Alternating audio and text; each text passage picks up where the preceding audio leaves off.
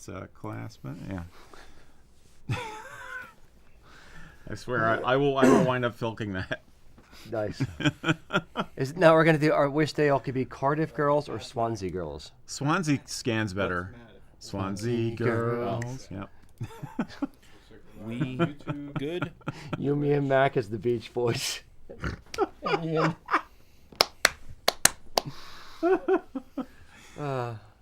We do have to figure out what we're doing for April Fool's Day this year. The update, or the We really should do. You know, Fair. we only have a month, just came in. Seems okay. so we got to figure out April Fool's. Rolling out there. We're live? We're good. We're live. Rolling. Roll it.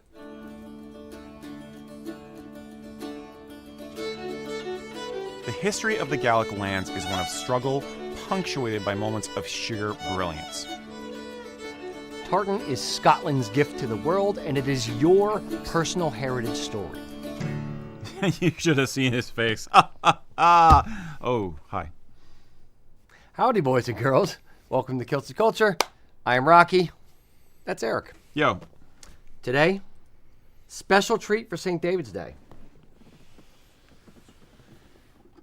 We are rocking the Penderyn Kilt whiskey. Our good friend Peter Lyons gave this to us, so thank you, Peter. We are going to try this today. So, happy St. David's Day, everyone. Happy St. David's Day. Indeed, indeed. Is it Kumiru? I always forget. I want to say Kumiru Up Alia, but that's not it. Because that's Anglo-Saxon. Yeah, I have no idea. There's just no vowels. I do not know any Welsh, so it's very light. Very light. I was just thinking that it is really pale. Yeah. Mac, why don't you come collect? So, here you go.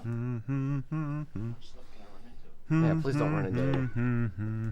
There you go. And while you're back there, what tartan you have on there, Mr. Mac? I got Stuart Hunting Ancient on. Very lovely, very lovely. Very nice. Thank you, sir. Eric, what do you have on there? I'm wearing the Owen Glendower black with red in honor of St. David's Day. Very nice, very pretty. Owen Glendower, the Welsh William Wallace, if you will. Yes. And today I have on my brand spanking new Stuart Old Weathered, made by our own Casey. This is a custom weave that we did just because I wanted it to exist. So a few people got in on this. One piece left if anyone wants some. All right. Gorgeous. So what do we got here for Penderyn? Well, it's whiskey. It is, oddly enough. It does smell like whiskey. Apparently a single malt too. It smells reasonably light, but as a good, There's a little oak. yeah. Or not oak, peat. I don't know what I'm saying. It's got a kind of a sweetish smell to me as well. A little bit sweet on the nose. Well, that might be Sweet and the light. mild aromas of peat smoke. So very mild. That's what they're Yeah. calling. And the early morning at the rocky seaside, and with warm marmalade on toast. Just like Grandma used to make me at 8 in the morning. When you sat on the seaside. In Seaside, yes. All right. Matured in ex-bourbon casks, finished with Scottish Islay casks, results a whiskey that blends light fruity notes with the subtle peaty influences. Okay. I would agree with essentially all of that. It's got a light smoke to it, not overpowering. Yeah. It's got I don't necessarily get marmalade, do you, Mac? No, I think it's just a sweetness. Yeah, a generic. Honestly, little bit of a maybe it's sweetness. leading the witness, but I did pick up a little bit of that, like very burnt toast and marmalade. How often do we eat marmalade? Was that on the nose that was supposed to have the burnt Yes. toast and marmalade? Yep. Yeah. See, I was I more don't on know. the taste I'm for not me. Paddington Bear, so All right. On the taste, what's on the taste? taste On the palate, whatever it's palate begins with great sweetness before the smoky, slightly medicinal flavors descend. I love how they rationalize stuff. Strictly medicinal. I don't get a lot of sweet in the taste up front. I'm swirling it around a little bit. I get some with the medicinal. It's not like an iodine / Band-Aid kind of flavor like you get with an Islay Scotch per se. It's got a little bit of that. A little earthy, a little, but and a touch more smoke, not a ton, but a touch more than minor. On a smoky scale of 0 to 10, like a 3. I agree though. I think the smoke, it doesn't come in smoke. The smoke spikes. It's Just kind getting of a pepperiness. smoke through the forest. I think it's very short. They're saying the finish is slight bitterness follows that leaves a long lingering freshness in the mouth. I don't know about freshness now. There's a slight bitterness, a little woodiness. Yeah, I get the back end. woodiness. That's kind of what I'm picking up as the freshness. If you think of like a cologne, like some colognes or perfumes have like a wood smell to it or something like that for a fresh, Okay. crisp kind of thing. So if that's the thing, a little bit, because it's still on the sides of my mouth. I'm still tasting it. The peppery mist may be like because we just opened it. So maybe letting it sit for a little bit. Maybe As always. some of it, less tannins or whatever. I'm gonna That pour. is a flaw with our technique, sir. Yeah. I do say so. It's pretty good. It's pretty good. Not mad at it. I would say if I wanted to introduce somebody to things that are peaty, I would give them this before I'd give them something like Lagavulin. Yes. Does that make sense? Yes. Agreed. It's a light. They're walking into the water, not jumping into the deep end of the Exactly. Not the penguin off the island. It's the Coors Light of peaty scotches. pool. Oh, it's not that bad. I just want to hear your reaction. Okay. Now, touch of water. Let's see what happens.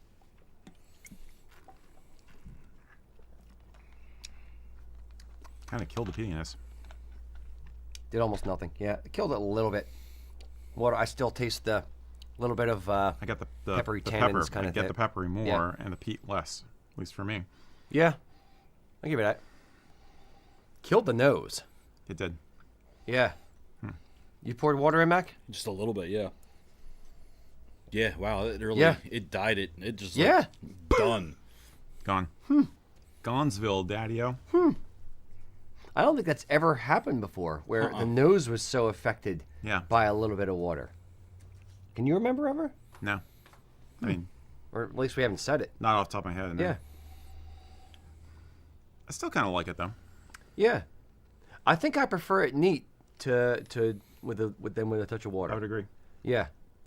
Okay. All right. So, Mac, scale of 1 to 10. Well, first, just curious, how do you feel about it? Have you drank it with the water already or Just a no? little bit, yeah. Okay. Did you prefer it with neat, with no water? Or Yeah, I think the with water? no water. I think it killed a lot of it. Yeah. Yeah. Yeah, Okay. Problem with So- it being so delicate. All right. So let's judge it based on no water, what we had in there Yeah. before. Cast your mind back. Yeah. I kind of agree. I think this is definitely one that if you're trying out, it's a good one to go to. It's not bad. It's not great. It's good. Maybe 6, 7. 6.7. Okay. Not bad. Not bad. I would say this is more of a fall. It's not a full on winter I was thinking that whiskey. too. Yeah, it has a nice fall. warming effect. Yeah. You know. Trying to imagine what I would pair it with, but nothing's coming to mind really. A second one. The more you drink, the better I drink. The more I drink, the funnier I am. Yeah, I don't know. Probably like Mac. Probably like a 6.8, something like that. I like it enough that I would Okay. serve it to guests. Yeah. Yeah. I'm going to go a little higher. I'm going to go 7.3. I enjoy it. I wouldn't go out of my way to get it, but if I'm buying a bunch of whiskey as a sampler thing for a party or I'm hosting a tasting or something, I'd include this for just to have something Welsh, just to have something a little bit different, and because it's a lighter Isla vibe to it. So, not bad. Now, Very good. would you drink this with a taffy? And for those Sure. who are getting confused, I learned recently that a taffy is a traditional St. David's Day snack. It is a gingerbread shaped like a Welshman riding on a goat. I don't know how you're supposed to tell it's a Welshman, but probably Now- there's some national costume elements in there, like the hat and stuff. But Is it gingerbread or is it like a taffy, like a saltwater no. taffy kind of That's thing? that's the confusion. It is gingerbread. Okay. So taffy must be a Welsh word for something else. But Okay. I'd this have would a probably go well with gingerbread. chocolate. I was gonna say, we did have the question: what food would this go well with? Now, what Chocolate, I think, would go well. I think chocolate would go well. I would actually, when you said taffy, I went right to Shriver's, Ocean City, New Jersey, saltwater taffy. I'm like, you know what? I could actually Taffy and do scotch. do something like real sweet with like to kind of balance it. Like I figure like sea salt and caramel go well together. So Okay. do like a saltwater taffy with this. I don't know. I could maybe see it. You're so weird. I am, but that's all right. I could see it. I'd still go with the chocolate. Other foods. Cheese. Cheese goes with wine too. Let's just gotcha. go whole Welsh on this and just have or Cornish, Yeah, Southern pasties do and- pasties. Yeah, meat Yeah. pies. Meat pie's pies. just good anytime though. Yeah, Gotta just love like- meat pie. Okay. All right. Cheers. So, very good. Not bad. Not bad. Thank you again, Peter Lyons. Not bad at all. And Like this it. is the only Welsh distillery. Is that correct? No, I think There's- there's more than one. I didn't Welsh. think. I didn't. This is Somehow like I picked it's it the up. first It's one, the first one. first Yeah. commercially available whiskey produced in Wales since the 19th century. Okay. Okay. Okay. All So right. Very good. All right, boys and girls, load in your questions down in the comments. We are here but your humble servants to answer whatever questions you guys have, kilts and or culture related. While we wait for people to start loading in some questions, Eric, what do we have in our preloaded question? Well, hello there, Kitty. First up, we have James J. Walker, who asked us, not Jimmy J.J. Walker. JJ Walker. Yeah.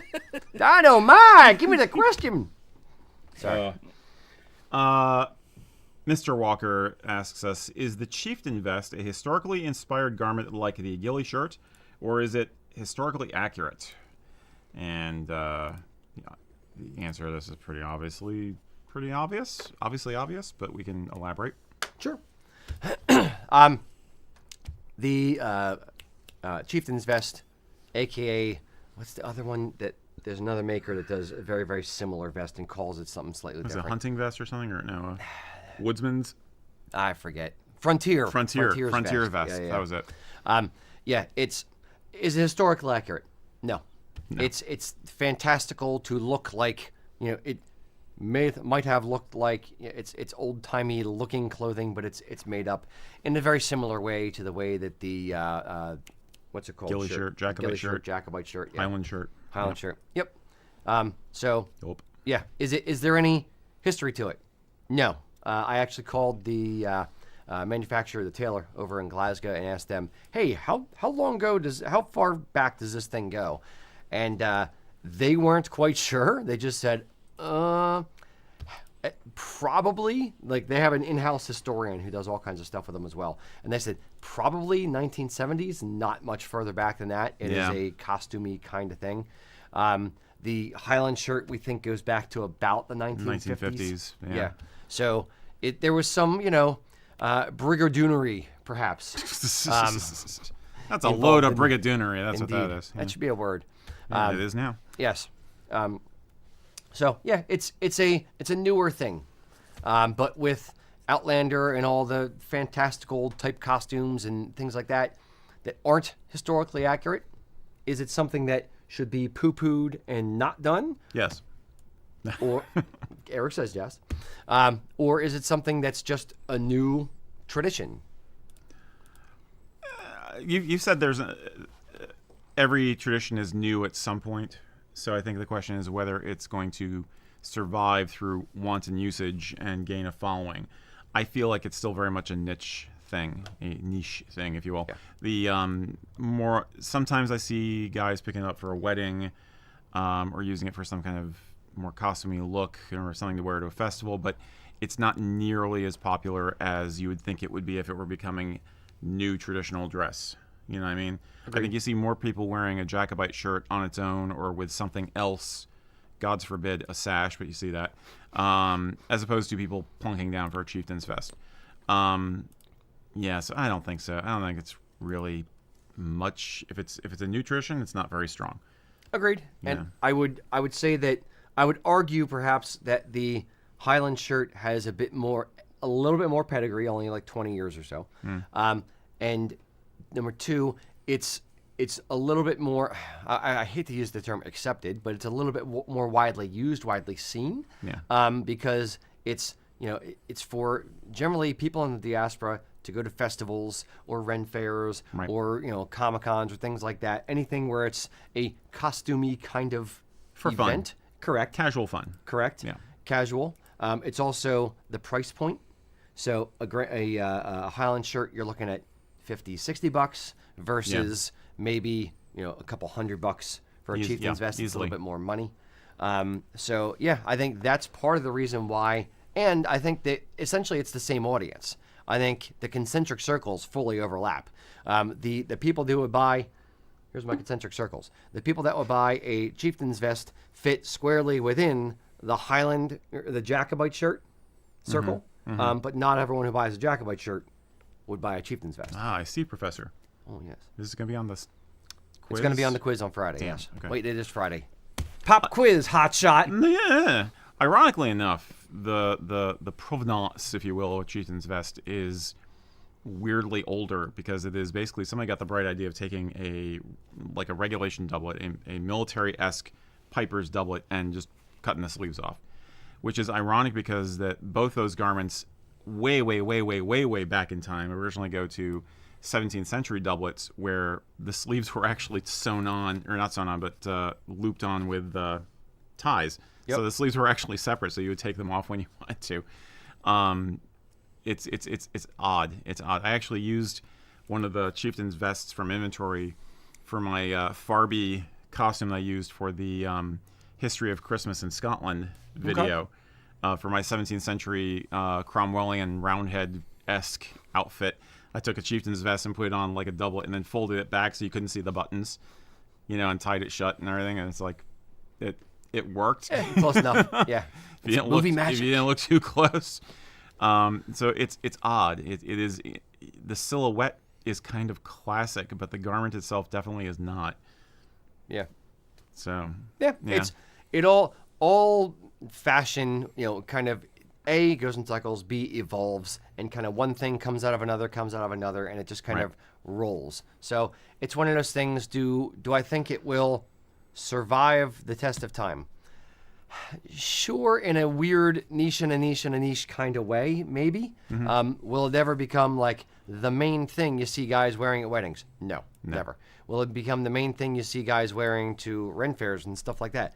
No. Nah. But, maybe 2% of guys might own one or less. I think it's always going to be something that somebody wears for fun when they're manning the tent representing their clan at the Highland Games.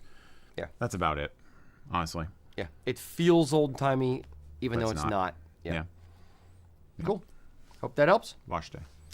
All right, Mr. Mack. All right, so we've got two questions that came in about one of the newer tartans or older tartans out there. So I'm going to lump them both together here in this. Okay. So Thomas said, I'm sure you've already gotten this question a million times, so please forgive him. But are we going to see Glen Affric in possibly PV down the road? And Seamus is saying, after the discovery of the Glen Affric tartan, do you see a new effort to search out for more older examples of tartan in Scotland? Okay. I have thoughts on that. Yes. Is it going to be available in PV? Probably not for the foreseeable future. Here's my guess. Well, basically, here's where it started. The cloth, the Glen Affric tartan, was actually owned by the Scottish Tartans Authority. They essentially licensed the House of Edgar to be able to weave it. They worked together to make sure that the yarns were correct, the thread count was as close to accurate as possible, that the dyes used were nice, and that an accurate representation of the shades used way back when. However, so it's just essentially just House of Edgar, and 10% of the sales of the cloth get given to the Scottish Tartans Authority. So unless a mill that does PV is willing to pony up and donate to the Scottish Tartans Authority, probably not. Now, here is me Nostradamusing a little bit. I think that Pakistan will probably rip it off. I think that the kilt makers in Pakistan, they already use private tartans or tartans that are not really, supposed to be available, or tartans that are supposed to be exclusive to one company or another company. Right. They already use those without permission and then just sell them and push them forward. So if I had to guess, that will probably happen. Will we carry it? No. We would only do it through the proper channels. Now, never say never. So at some point, if it proves to have staying power, if the Glen Afric tartan sticks around, it's stuck around for 500 years. But if it sticks around for commercially viable for a year or two, then yeah, I would have a discussion with Martin Mills and say, hey, would you guys want to do this? But after I speak to Scottish Tartan Authority and kind of work something out, sure, potentially. But outside of a proper agreement in licensing and making sure the proper portion was given to the Scottish Tartan Authority, that we had their approval and that kind of thing, because I'm speaking out of turn here. I have not talked to them about any of this. But if that domino were to fall, then I could potentially spill whiskey on my lap. So I'm just going to go ahead and dump that on the floor real quick. That's spectacular. Gotta love that. We're going to do a take 2 on the show now. Indeed. So Special treat today, folks. yeah, special treat. Rocky changes kilt mid-show. Whiskey flavored sporin. Indeed. If Matt is watching, go ahead and bring me a towel. I need one. He just stepped away from his computer.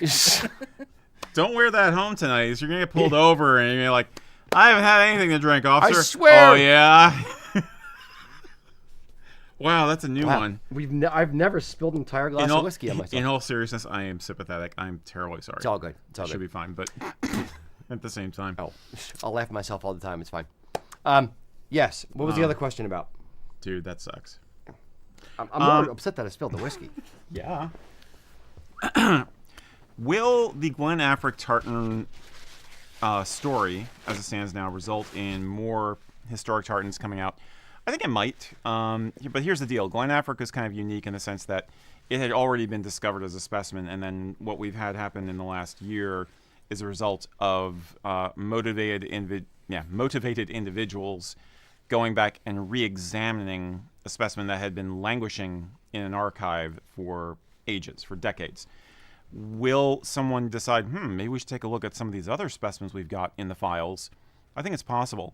But all research is the confluence of motivation and funding. Glen Afric had the good fortune of having both. They had a powerful, the tartan had a powerful friend in the Dundee Museum, and the STA and people over there were willing to put some money behind it to make sure the research happened. That's not going to be as easy to do in every situation. So how much of this will happen or how quickly, I don't know.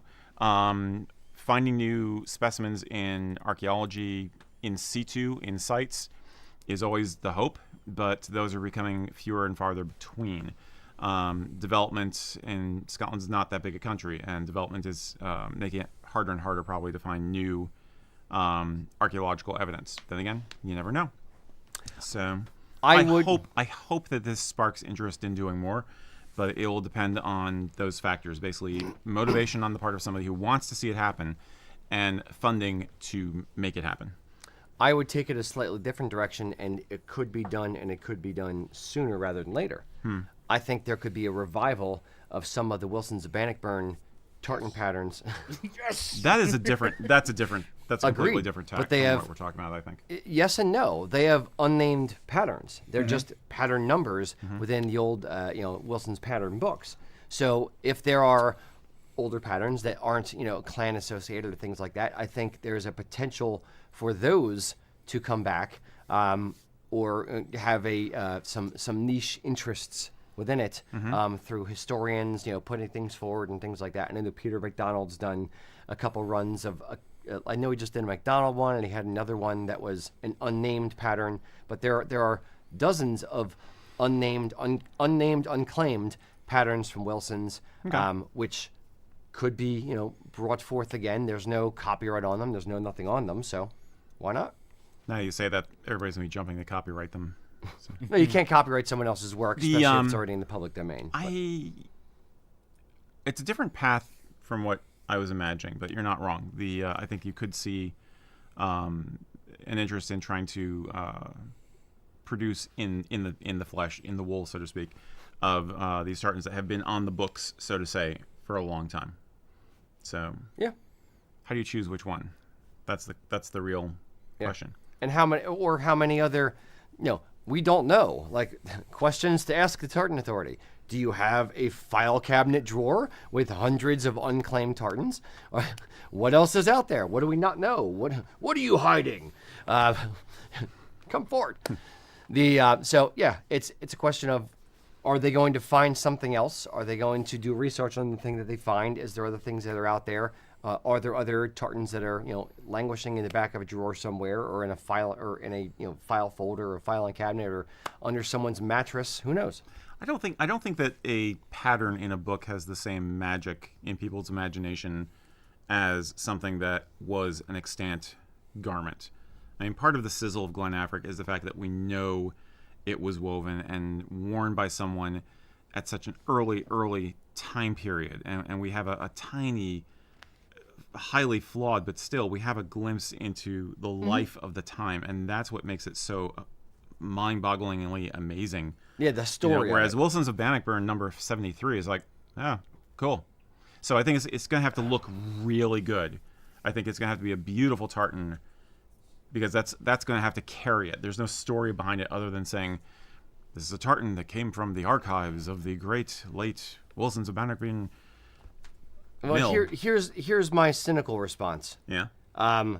The Glen Affric tartan was just a tartan found in a peat bog, so Right. or forest kind of thing during the reforestation. Mm-hmm. So it probably was not Wilson's of Bannockburn, but maybe Schmilson's of Schmannockburn. No, neither. It was homespun. Or homespun. There was no industry at the time. Fine. So it was homespun, and it was just a normal pattern as well. You don't know what kind of garment or what it was from. We don't know, because we don't know it was a garment. It was just handed over in a plastic bag. Yeah, but it was on somebody's body. You think it was? It probably was. What if it was like one of the bandana you tie up and put it over the stick and you're walking down the trail? There's a name for what that. If it was I can't one of remember those? what it is, but I forget too. A bundle or whatever. I don't know. Yeah, bundle. Yeah. It's just that symbol. It's called a bundle. Anyway, I don't know. I mean, let's put it this way. Would you rather have a kilt made out of a tartan that was Wilson's of Bannockburn number 742, or would you have the recreation of a tartan found on a pair of trews, found on the body of a Jacobite who had died at Culloden? Okay? I mean, Sure. Which one is going to feel more like, get you in the gut? I I don't disagree, and if we find one of those, great. Versus it's the story you spin with it. It's the marketing that you put with it. So, or are you going to have the Pretender tartan that House of Edgar came up with, which Right. is the cover of that same pattern book? Right.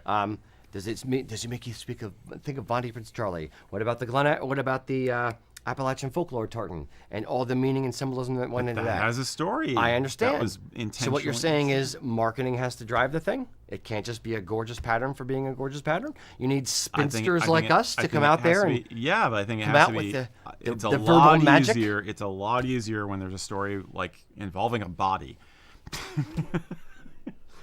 Death sells, folks. Death and exactly. sex. You need a dead body in order for the tartan to exist. But again, Wilson, then you have to spin the story and get people excited about the fact that the pattern is from the time period it was, or the fact that Wilson's of Bannockburn was an important entity in the history of Scotland. It's just not quite as strong to my mind. Could you do it?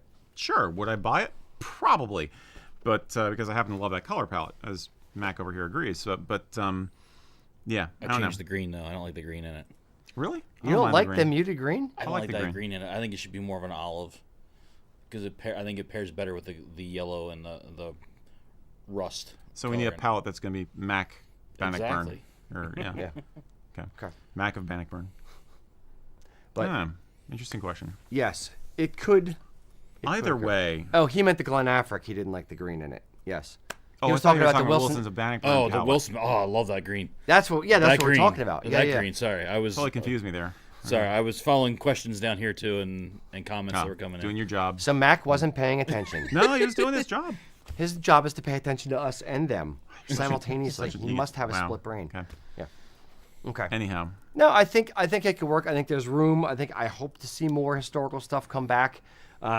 And whether it's Wilson's Bannockburn, because you could spin a whole story about the mill and the importance to the entire industry and how they thrust everything forward along with the King's Visit, along with the Sobieskis working in tandem with the mills and and you could spin that entire thing, the unclaimed, unfound Tartan book, or find truths on dead guys.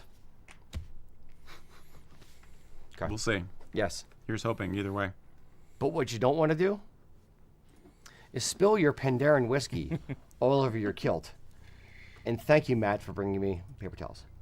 All right. That was Mac. Eric, give me the next one. Okay. Andrew Wilson of Bannockburn. No, Andrew Wilson comments that some tartans apparently are only offered in 11 ounces. 11-ounce wool. Unless, of course, you ask for a custom run of it in 13 or 14 or whatever. He's noticed that some kilt makers will use 11 ounce upon request, while others won't use it at all. And a few will maybe be willing to make an 8-yard kilt out of 11 ounce wool, but not something of less yardage like a 5-yard. So he's wondering what's going on with this. Why are the challenges or what are the problems or challenges in making kilts from 11 ounce tartan? Are there any benefits? Should the price be lower if you're using 11 ounce wool? Because after all, it's lighter, right? So we'll bring Mac in for this one as well. The ultimately, and Mac, jump in here if anything I'm about to say is, against what you're thinking. It's too light. The 11 ounce fabric, or La Karen, which is technically like 10 or 11 ounce, it's the Reaver cloth.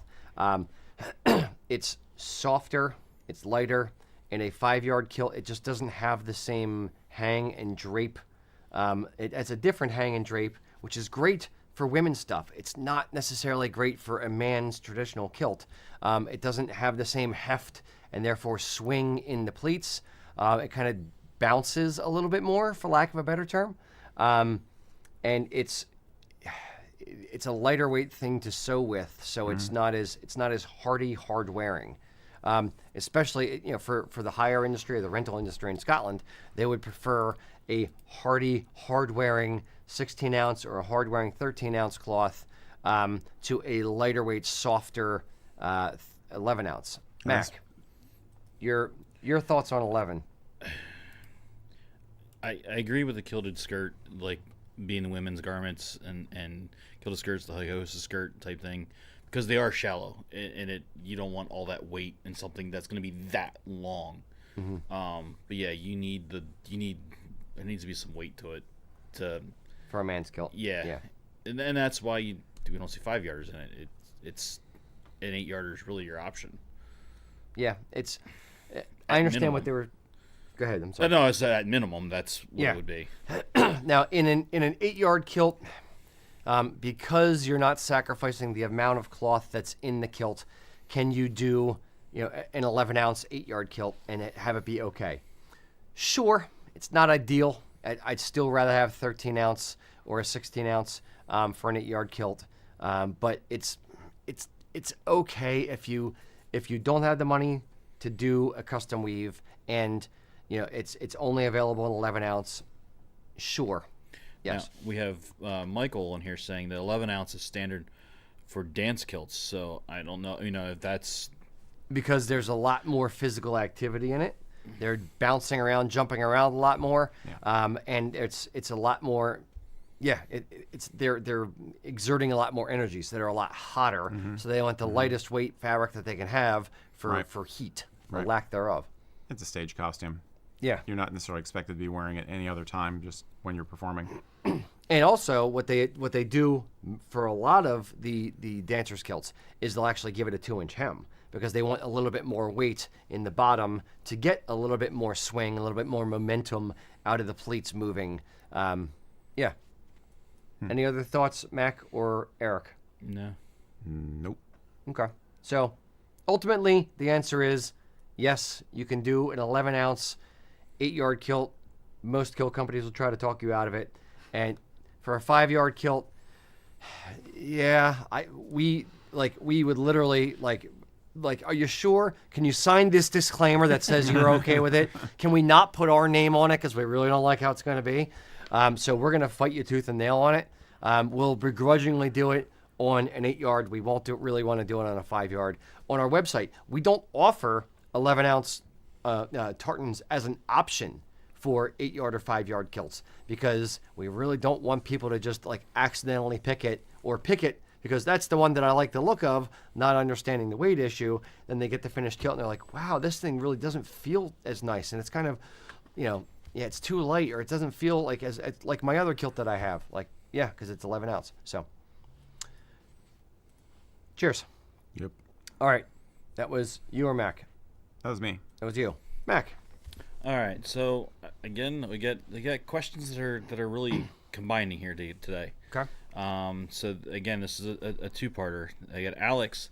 What's your favorite aspect of the Highland dress industry, and what is something you feel the Highland dress industry could benefit from changing?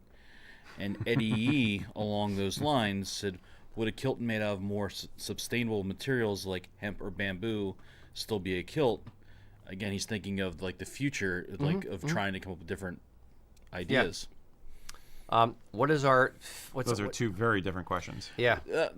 I was looking at it as he's changing part future? of the Yeah. like he's changing something out of it. Yeah. What was the first one? What's our favorite part of the industry? Favorite aspect of the Highland dress industry. The favorite aspect of the Highland dress industry is that it's not seasonal and it's not fashion. Mm-hmm. This is me speaking, as an entrepreneur. I don't have to carry what colors are in this season and then worry about blowing them out at the end of the season before school wear in the fall, and then have to worry about what the winter wear is going to look like, and then worry about, oh no, next year orange is going to be completely out. Who wants orange? No, it's not that. It is consistent. It is the same. There is a thread of tradition that runs through all of it.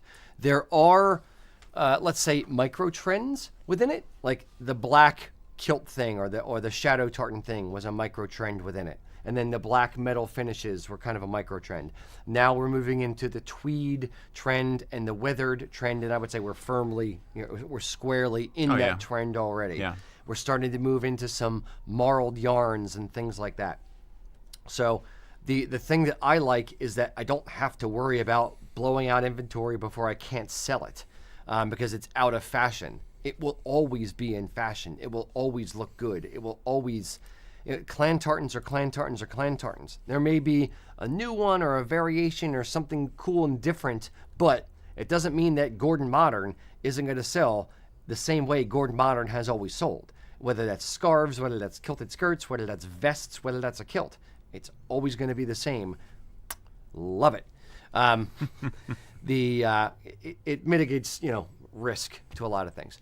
But what do I like about it? Or I'll let you go next. What do you like about it? What do I like about it? I like the fact that it allows me to do this for a job. There's that. I think actually that's part of what I like about it, is the fact that it is very intersectional. That basically you can be interested in kilts. You can be interested in kilts alone or Highland dress in general. You can be interested in Celtic music, and you can be interested in Scottish history. It all dovetails together in a beautiful way because it is a cultural entity and a culturally based industry. I think that's the coolest thing, that there is a sense of that. I mean, there's as much competition versus camaraderie as you would see in any industry, and you'll always have good actors and bad actors in terms of like who makes what and who's good to work with or bad to work with. All those little details, but the bottom line is that everybody is in the same boat and everybody is on the same mission, and it all goes together in this beautiful mosaic for me. I mean, it's odds are if I talk to somebody about kilts, I'm also going to be able to talk to them about history or what have you. I think that's what's special about it, is it's an industry built around preserving the culture. So it's a vehicle by which the culture is being maintained and preserved. So, and that's kind of like what I would say all the time, but it's the best way I have to put it. I think that's why the industry is important, at least. I think that's the... Agreed. Whether I like it or not, that's why it's important.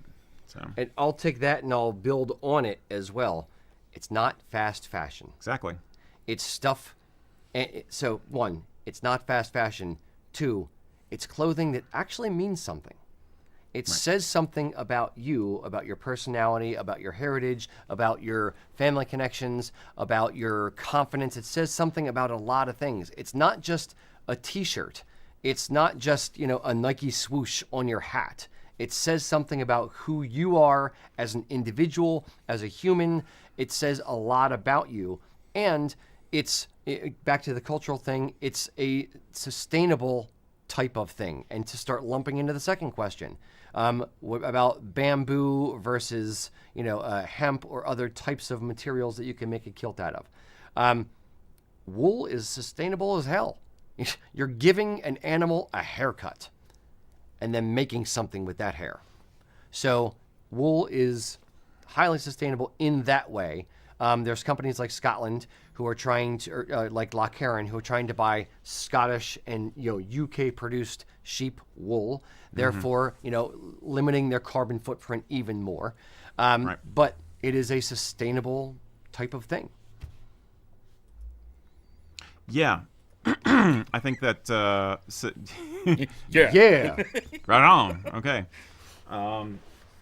Speaking truth to fashion, I think that sustainability is a very complicated topic. Are sheep a grazing animal and therefore using up land and resources and all that kind of thing?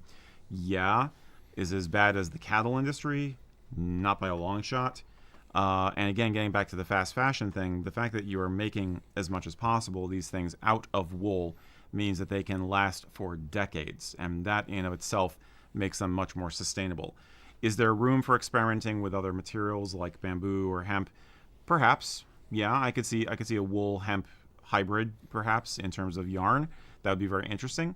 But there's devils in the details of those as well. I mean, there can be a very large carbon footprint on bamboo cloth, for instance. It's not as super green as some people think because of the processing that has to go into it and because it has to go around the globe to get to you because it's pretty much all from China, as far as I know. So it's a complicated and interesting issue, but I don't think that the Highland wear industry is that bad in terms of its footprint or sustainability as a lot of other things. I mean, you do not have the white man's clothing problem in Africa due to fast fashion coming from Highland wear. It's coming from fast fashion. And that's a very, very nasty topic. If you ever want to get depressed, find the documentary White Man's Clothing, and you'll learn all about what happens to the clothing that gets discarded in this country. So, yeah. Yeah, and I think we're on the right side here. I think we're the good guys. Yeah, as clothing goes. I would also say it's not made in sweatshops and this kind of thing. Back to the fast fashion aspect of it, it's generally made in countries who are concerned about workers' health and things like that. They allow exits to the building. They have smoke alarms. It's not an area where they're worried about child labor and things like that. So it's generally speaking, I think the Highland wear industry is on very solid ground with sustainability and with quality of life, shall we say. One more reason to be proud of wearing a genuine kilt. Indeed. I think. Yeah. I think. Indeed. Yeah. Cool. I think I was reasonably meandering, but we tied those two together. We meander with the best of them. Indeed. Quite. All right. Oh, my turn. Let's meander on to the finally? next question. Let's do that. I'm saving this one to later because you told me to. Roland Beauchesne said, "Hey, I'm new to kilting." Welcome, Roland. Is it okay to wear a wristwatch with a kilt? Every image I see, no one is wearing a wristwatch. And I thought that was a weird question for a second. I thought it's actually kind of a good question. There's a little bit of nuance to that. So, yeah. I don't wear jewelry outside of a wedding ring, and if I wasn't married, I wouldn't wear a ring. So yeah, I'm not a bling bling jewelry kind of guy. Mm-hmm. So I'm gonna take what I say with a little bit of grain of salt. I guess traditionally I would look at like pocket watches as a fashion accessory and that kind of thing. Right. But I'm more curious, and again, I wouldn't wear a watch, but if I wore a watch, I would wear a watch with a kilt if I wore watches. But the way I kind of look at it, and I'm actually curious about, is I want to know what the timepiece industry, so to speak, what has happened to the timepiece industry since, let's say, 1990. With the invention of the pager, with the invention of the cell phone, when you have a clock on your person at all times, do you need a watch anymore? Therefore, it's relegated from being a necessity to something that's just a fashion accessory. So I think overall, if I had to guess, timepiece sales since 1980s have probably gone down, leveled off, but it's now more of a fashion category than it is a necessity category. Thoughts? I blame the demise of 80s boy band music. So there's probably that's it. You couldn't dance as well with Yeah, and swatch. You know, nobody wears the swatches with a kilt. Those fluorescent colors just don't go. Swatches are still tartan. very popular, and the 80s, Okay, the yeah, but neon 80s retro is back in, buddy. Oh, I know, because pop culture eats itself on a 30-year It cycle. does. But in all seriousness, I think that everything you said is accurate. Basically, wristwatches are becoming less and less common unless it is a multifunction tool like a smartwatch. But it's absolutely a fashion accessory, and it is prone to the idiosyncrasies of the fashion industry as a result. You'll have styles come and go. Right now, the two big trends with wristwatches for men are either the very large, oversized, chunky, definitely a piece of jewelry type wristwatch. It's practically a Wonder Woman Clock bracer. face, They're huge. Or there's right now also a fad for retro, like liquid crystal and electric digital display watches, like from the 80s and even the 70s. Because, again, that whole 80s nostalgia that's been kicking in lately. A little calculator wristwatch there, yeah. No joke, yeah. Actually, yeah. But I think the problem is those two things, is that I think sometimes you'll see people not wearing a watch just because they don't, or possibly in our sphere, I think it's possible that some guys are not wearing a fancy wristwatch with a kilt because it's another piece of really intense blingy jewelry that's going to compete with other parts of the outfit. At least that's why I would eschew one. I think. Because if I'm going to wear a watch, usually it's a pocket watch anyway. And it fits with that old-timey vibe that I at least like, and I think a lot of guys like when it comes to kilting. And B, I don't want anything to distract from the sporran. I still always want the attention to go to the sporran. So I think that's part of it. It may also just be on your part. No offense meant, but it may just be a false positive on your part. I think there probably are people wearing wristwatches. You just happen to not see the images yet. Or they're wearing smartwatches that you just don't notice because it's black plastic. I was gonna say that's some of the comments are coming in are people wearing smartwatches or kind of what Rocky was saying about it's everybody has a phone now that has a exactly that's in your sporran, but there's who was it here Edwards pointed out like he wears a smartwatch so he's not pulling his phone out constantly, so he's looking at that. But I go in spurts with it. I will wear a watch every now, like if I get all of a sudden I'll get in a spurt where I'll wear it.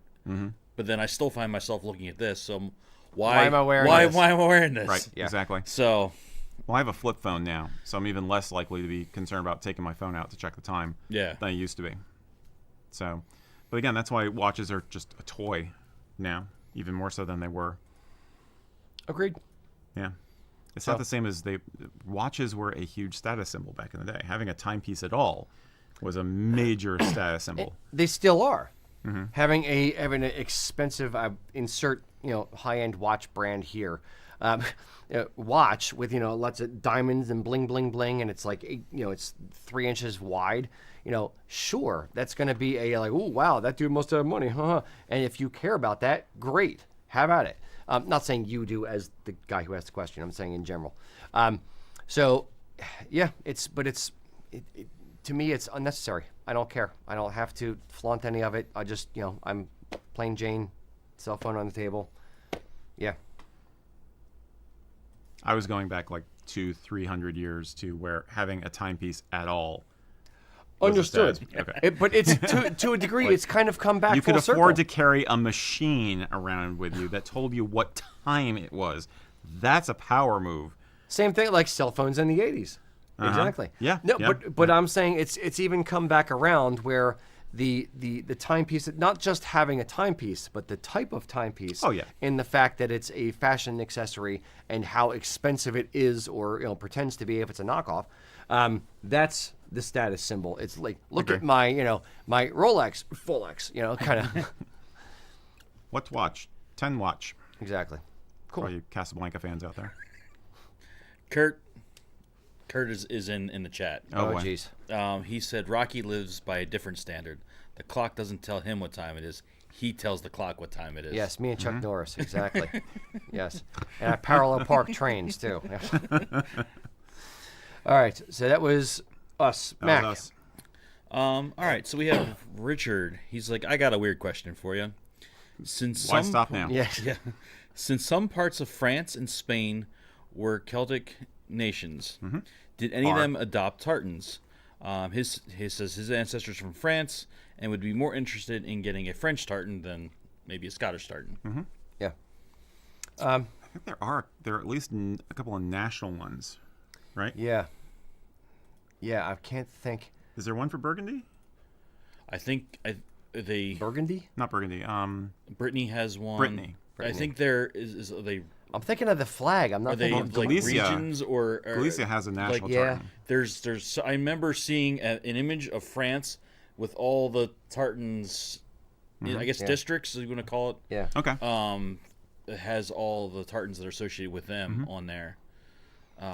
The only one It's a that really I good can question. think of that I know has one is Galatia, and that's Yeah. a newer design. It's not like hundreds of years old. Right. It may be 25, 30 years old. Is it Galicia or Galicia? Yes, Okay. Exactly. You're probably correct, and I'm mistaken, but it's one of those. I think, man, Yeah. I think that those regions have been more focused on preserving their culture in other ways than tartan. We know that tartan really came into its full blossom in Scotland. So other regions have, as it developed in Scotland and exploded, and other regions started developing tartan, kind of like, oh well, we want this too. But those areas didn't have that going on. What they did have was like the food customs, language customs, and especially music customs. I mean, if you ever looked into the history of the bagpipe, there's about a bajillion different forms of bagpipes, and each of these regions we're talking about have their own form. And one of the biggest like bagpipe music conventions or parades or whatever is held in Brittany every year.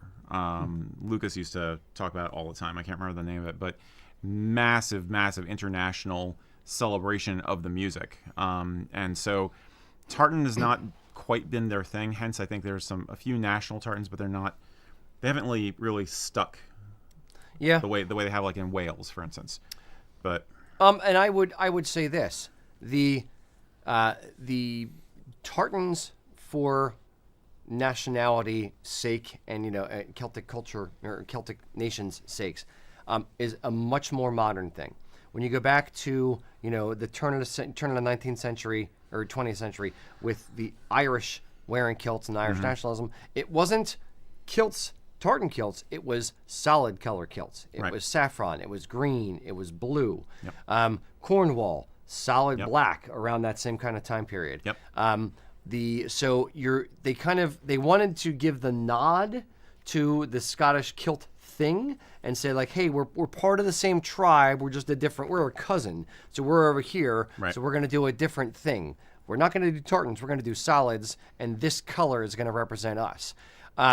So they did that, but in the 1990s and the early 2000s, with the explosion of Braveheart and tartans and more people wanting kilts and more people wanting to get into it, with the Welsh tartans that started to exist around that time, with the Irish county tartans that existed around that time, there was just kind of a tartan explosion, not just kilts, but Right. tartan explosion.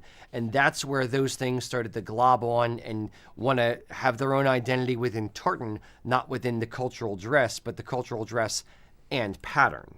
Yeah. Does that make sense? yeah, Okay. yep. And they didn't have the Victorians coming in and getting all goofy with their culture. They didn't have Queen. They didn't have good old Queen Vic. Old Vicky. Oh yeah. Oh, good old Vicky. The widow at Windsor. Exactly. What a Mac, you bitch. got something to add to this? So Matt just sent me in the other room. Matt just sent me the map that I was thinking of. Oh, brilliant. Hopefully, then we can add this into this later. Graphics later on. Can't put it on. But there's about 47 tartans associated with France. So Wow. Well, But those are also when names did or they- regions, and they were all probably newer. they're all regions. It looks like it all. Yeah, I'm betting they're newer.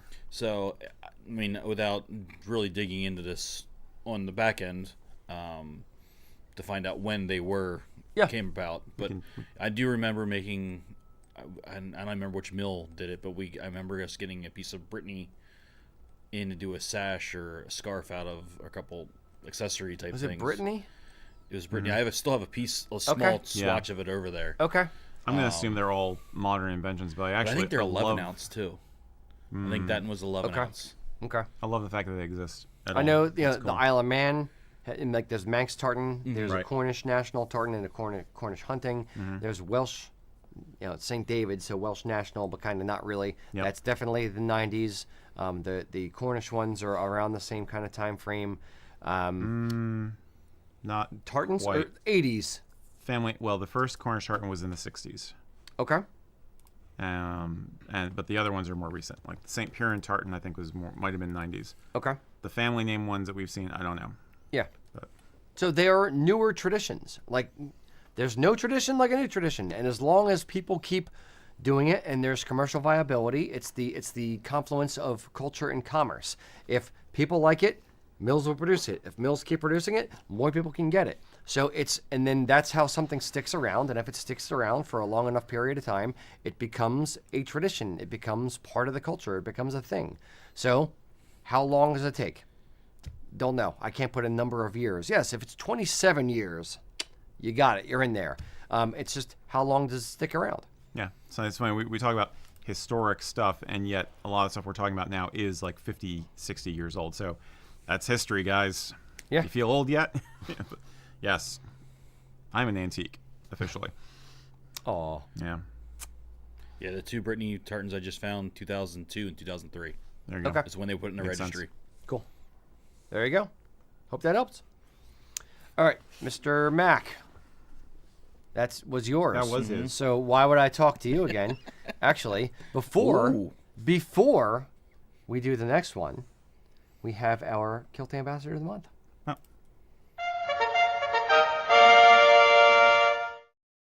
Hey guys, our ambassador today is Mr. Jason Jones of North Central Oklahoma. Jason and his wife of 20 years have 4 kids, 3 daughters and a son, the oldest of which is studying Ag Ed at Oklahoma State University right now.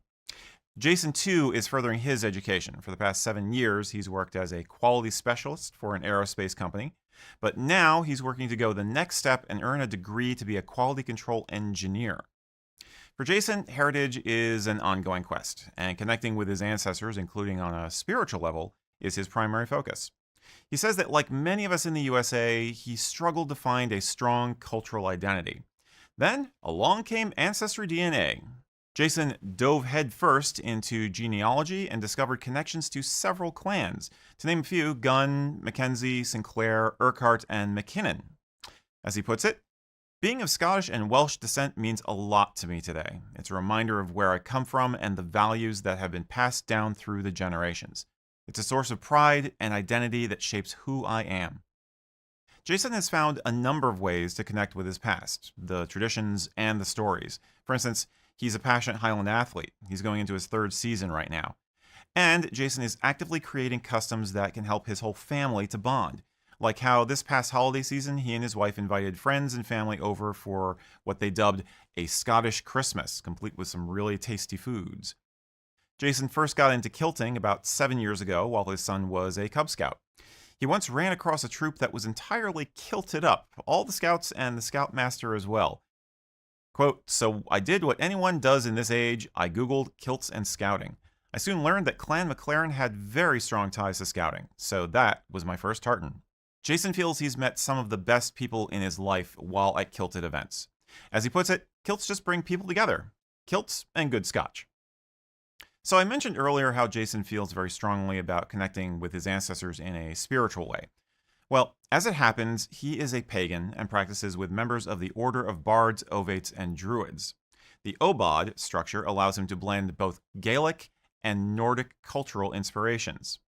As he puts it, in the Norse tradition, there is a lot of ancestor veneration, and this is where I began to see a lot of ties that my family had to the Celts as well as to the Norse. While other Obod members may wear robes for special occasions, Jason instead wears his clan gun tartan kilt. As he puts it, donning the kilt makes me feel a much stronger connection to the ancestors than the robe would. So I asked Jason what advice he would give to a younger version of himself, and his answer was simply, enjoy the ride, because everything that happens to you now will shape your older self. It's pretty good advice. I think we could all stand to do a little more self-reflection, perhaps, also. If you want to talk to Jason about his kilts or his spiritual practice or anything else, you will find him on the Kilts and Culture Facebook group. And if you have any friends or family who you want to nominate as a kilt ambassador, just drop an email to sales@usakilts.com.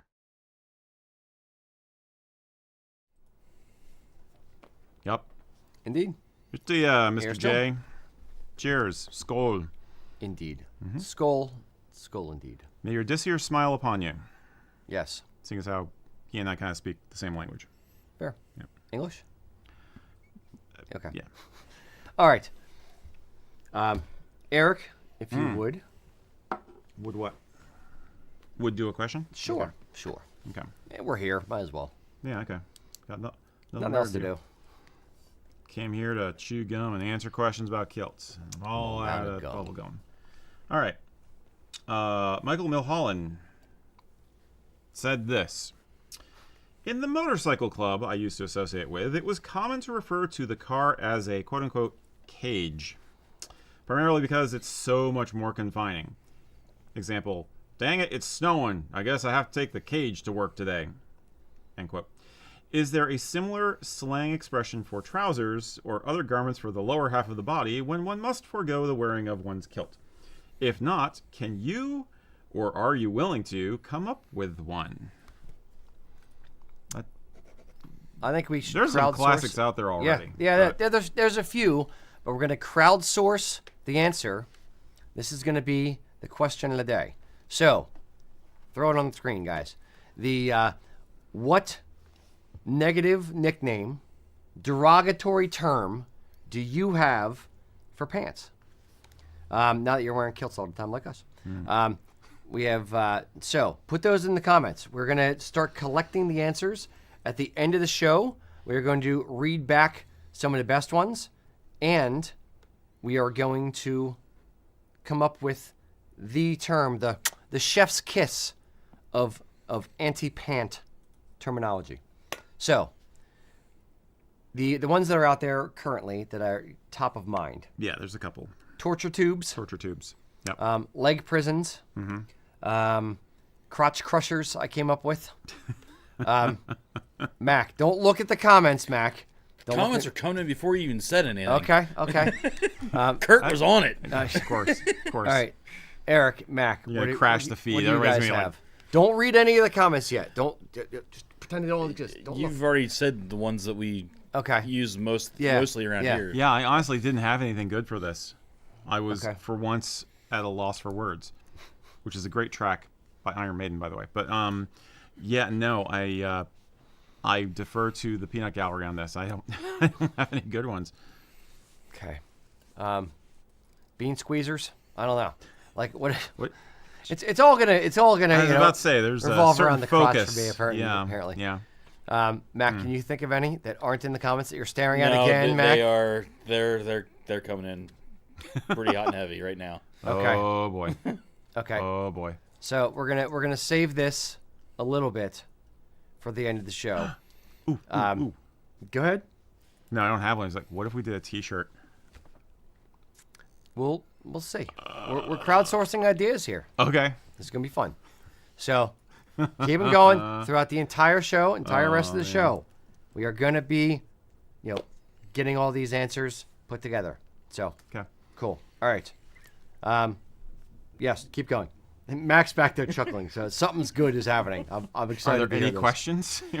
It's all turned into pants. Oh, it just. Yep. All right, Eric. Well, I love you Why guys. don't you go again because we have. This isn't really a question. It's No. question of the day question. Well, Michael, you asked for it, Doc. Okay. We're gonna come up with something good. Then we're gonna have to like vote on it or. Right.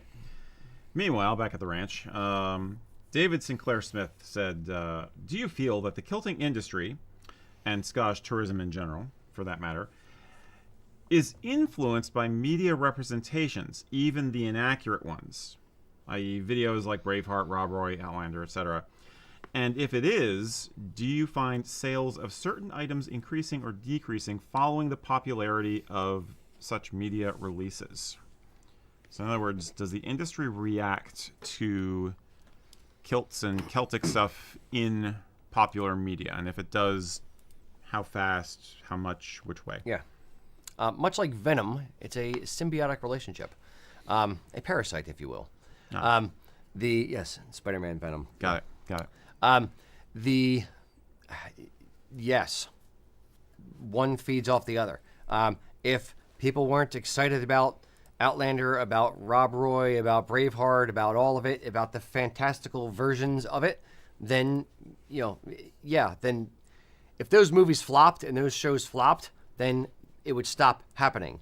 Does the Scottish tourism industry benefit from that? Abso-freaking-lutely. Do women's romance novels benefit from that? Oh, boy. Absolutely. I may or may not have been a model. No, I wasn't. They would never want me as a model.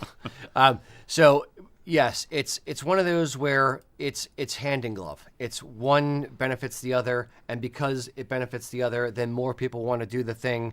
So it's a trend to some degree. It's symbiotic. Yeah, it's a symbiotic relationship. Parasitical. I don't Yeah, know. it's both symbiotic and parasitical. Yeah. Yes. It comes to Hollywood mind. is parasites in general. The clear example is when you were at Clava Cairns in January, and you mentioned how people had been leaving offerings of flowers and things at a couple of the stones there because of the whole Outlander thing. And Oh, it's kinda Jamie Fraser, come take me through the stones. Oh, I miss you, Jamie. Come to me. I don't think that they're quite that. They may be. Who knows? I'm sure there's some Outlander fans who don't have a very good grip on reality. I suspect most of them do, and for them it's just a lark. We apologize to Outlander fans who enjoy the show and who are not of such thing. Yeah. So anyway, totally lost my train of thought. The point is, I think it's a good and bad relationship. It is.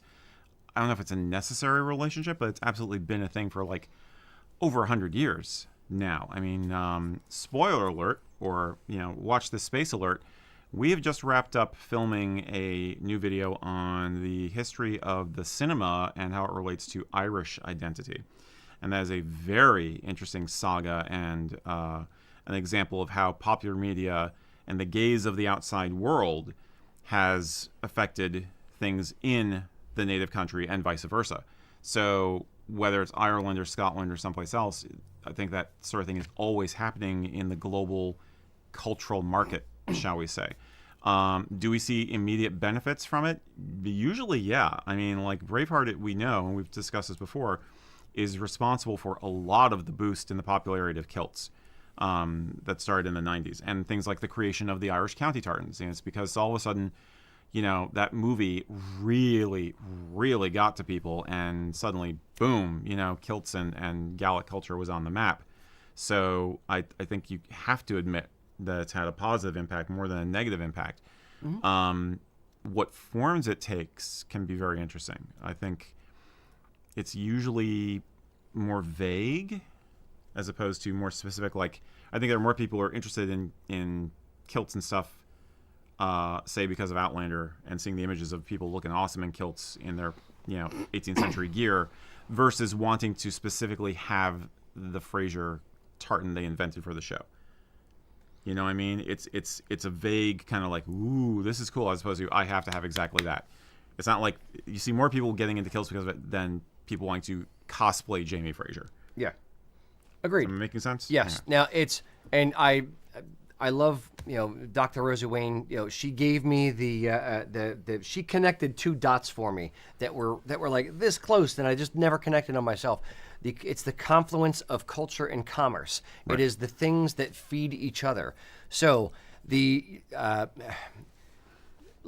it this way: the tourism industry in Scotland it's a huge industry. People will always want to see where their ancestors came from. Mm-hmm. Period. However, the industry in general has gotten a huge boost from Outlander in recent times. It's gotten a huge boost from Braveheart and Rob Roy in the 90s. And it's very interesting. I want to eventually write a book on this particular thing, or at least make enough notes to come up with an essay. I don't know. On how culture influences commerce, and then commerce influences culture, and how they go back and forth. Another one that popped in my head when you were talking about the history of Irish cinema, not about cinema, but about Ireland, is St. Patrick's Day. Right. St. Patrick's Day in Ireland in the 1950s was nothing. It was a religious holiday. There was nothing open. The stores are closed. You went home and you did nothing. In America, it became a big celebration. It became a party. It became parades. It became drinking. It became green beer. It became all these other things. And it was because of the diaspora going to Ireland like, oh, well, what's going on for St. Patrick's Day? Nothing. Well, this sucks. So then they said, oh, well, there's money to be made here. And then exporting Americanized, Canadianized, whatever, versions of St. Patrick's Day back to Ireland to make it a party where it was just a sanctum. It's a religious no, what's the word I'm looking for? Not sanctimonious, whatever. It's a religious holiday, period. It was nothing of a party until the outside forces made it a party, and then said, hey, we can make this a party and then make money off of the thing. So now it's a party because of the people that came in and did it different. Mm-hmm. So it is a way that, the outside culture influenced the inside culture. It's not necessarily a good thing. I'm not saying it's good. I'm saying it's what happened. Mm-hmm. And it's interesting to me that the outside forces affected the inside in the same way that the inside can affect the outside. I think there are a lot of other factors at work in any of these situations, especially with the situation with Ireland. Talk about the grip of Catholicism on the country and how that's changed over the past 30 years. That's a big topic. But, I think it's a double-edged sword, but it's basically what happens when you have a global economy and the global marketplace of ideas, shall we say.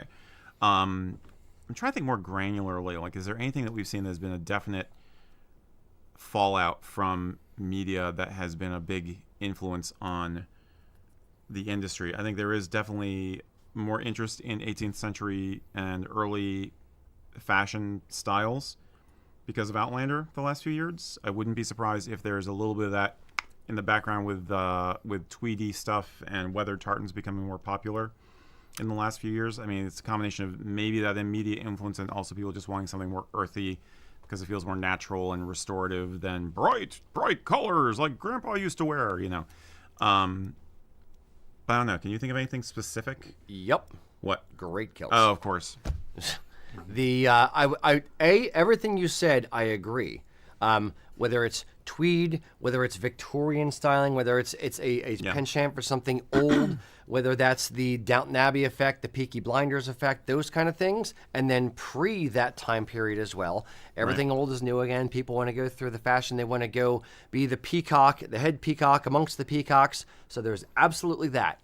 In the other way, directly, Outlander, I think, and period pieces like that, looking back further, have definitely affected how great kilts have been perceived in the marketplace, and people wanting to wear a great kilt. And then once you own something that costs $500 freaking dollars, you're like, I need to find more, or $300 or whatever it costs. I need to find more things to wear this to. I'm not going to just wear it for this, so I'm also going to, let me try playing around with it and wearing it with a t-shirt, or wearing it with these hiking boots, or wearing it with this, or going it to the store in it. And you want to play with the pieces of kit that you have in your wardrobe already. And because I think there is honestly very much a financial, I've already spent the money, I already have it, let me just do it with other things and see what happens. Plus, it's the acceptance of different modes of dress and people dressing and wearing different things than are traditionally worn, da da da da, da. All that are all these waves kind of converging at the same time to influence current day culture, whether it's Victorian stuff, whether it's cosplay stuff, whether it's great kilts, whether it's, men in skirts kind of thing. It's all these things simultaneously coming together right now. 2024 is the year to kick ass. I don't know. That was the apex of my speech there. What? I don't know. I went off the rails. A little bit. Okay. Too much coffee. That's okay. I guess we sort of just begged the question. Yes. I think my final shaggy dog thought would be that specifically on that is that, I think Outlander, we all, and y'all out there probably already knew that the Grey Kilt was worn with more interesting stuff like doublets and jackets and shirts and things. But I think in the popular imagination, they thought Grey Kilt and they thought Braveheart. They thought Grey Kilt and they thought barbarian, rough and tumble warrior with a big sword.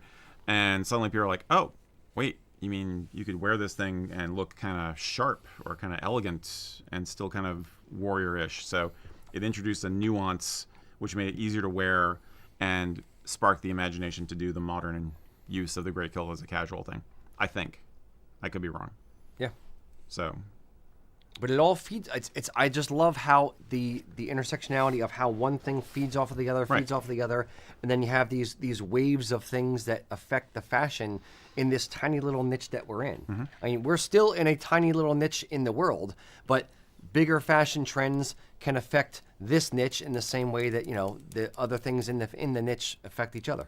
So, Mac, any comments out there? Yeah. Having Shut to do up with and get any to of the this? next question. Yeah. It's a lot of people were bringing up the Peaky Blinders, they were comparing a lot to that. Yep. A lot of them are still on your question of the day. That's fine. That's fine. I want What crazy hath Rocky creative answers. wrought? Yes. Ha ha ha. I have unleashed Oh, the hounds. Indeed. All right. Was that you? That was me. All right, Mr. Mac. All right. Mr. Mac. So, Carl is asking, if you could have a tartan reproduced from any TV show or film, what would you choose? And McDuck is excluded.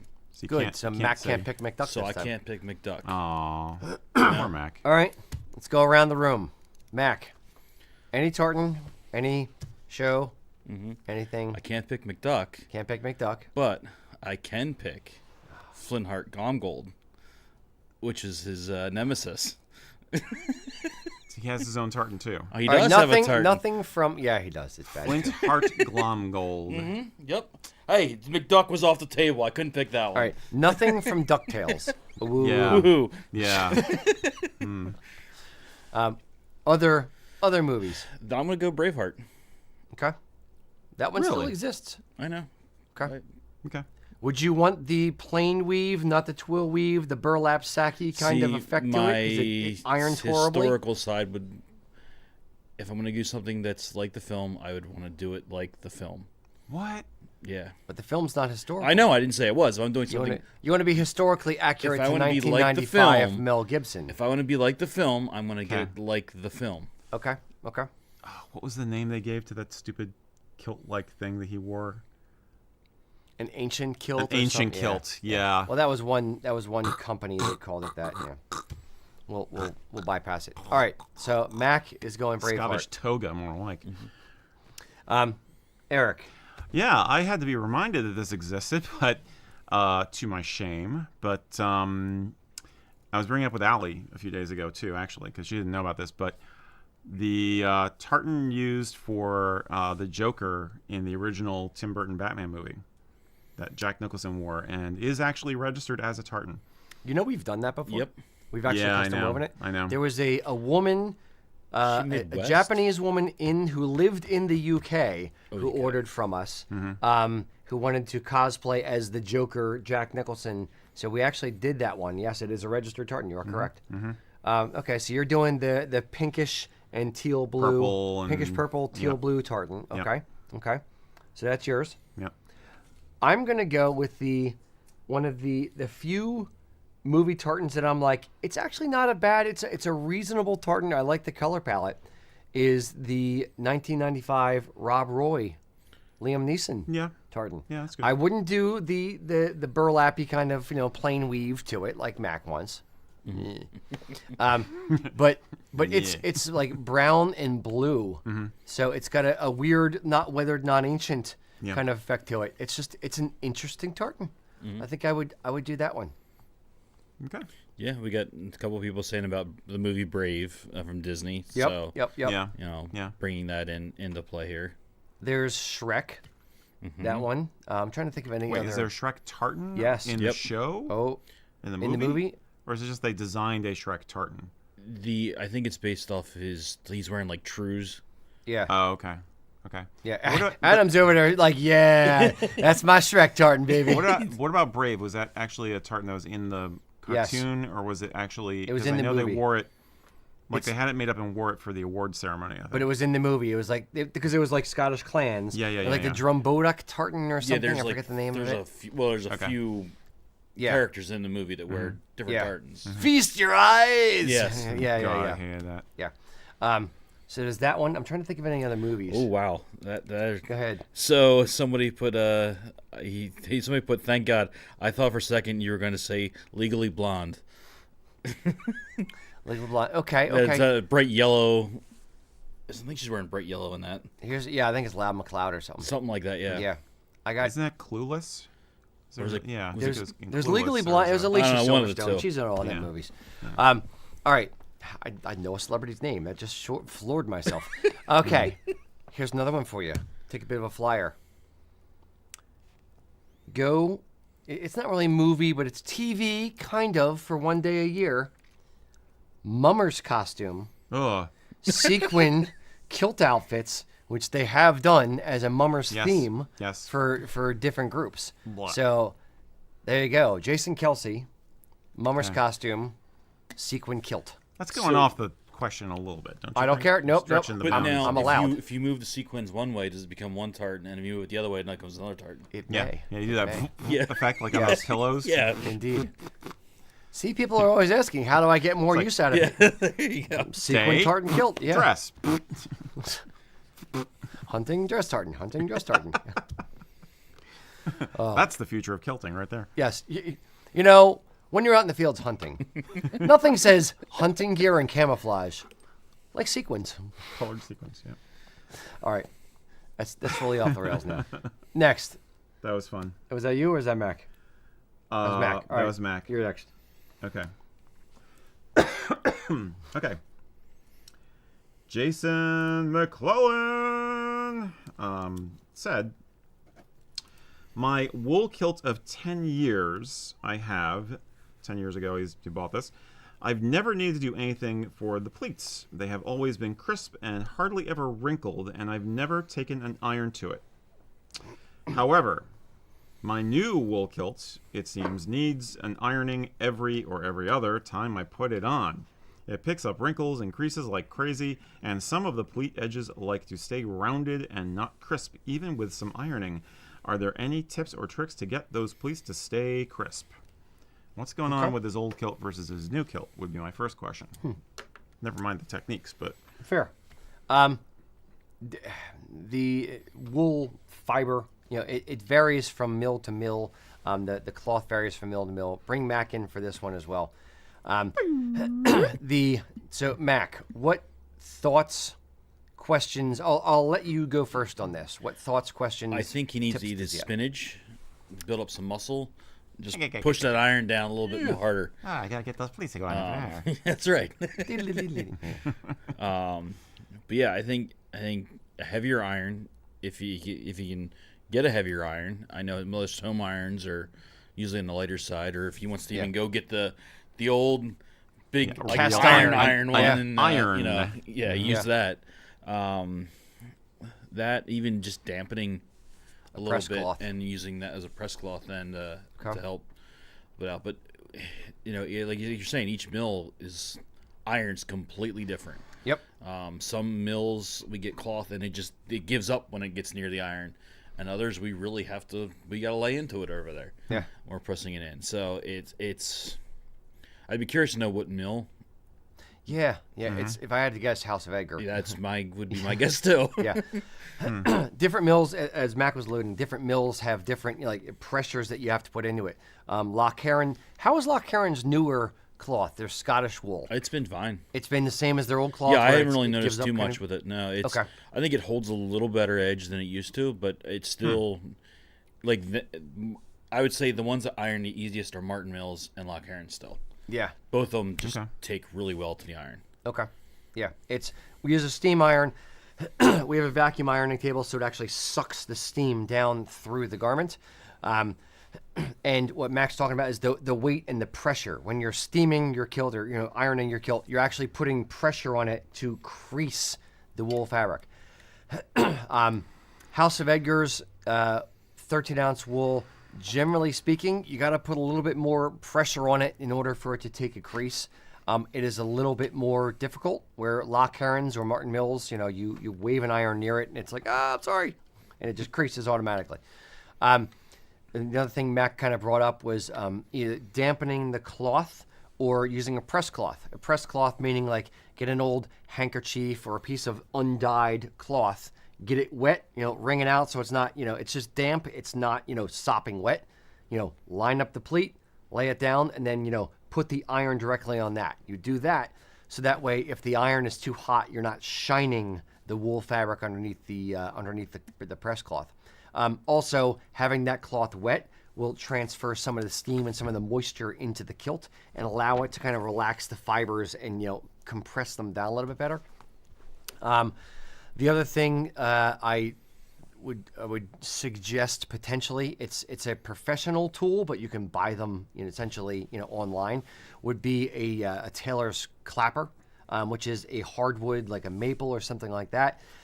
It's a piece of wood that once you actually steam the kilt and you get the fabric laid flat and it's a little bit damp, you use this block of wood and you put pressure on the block of wood.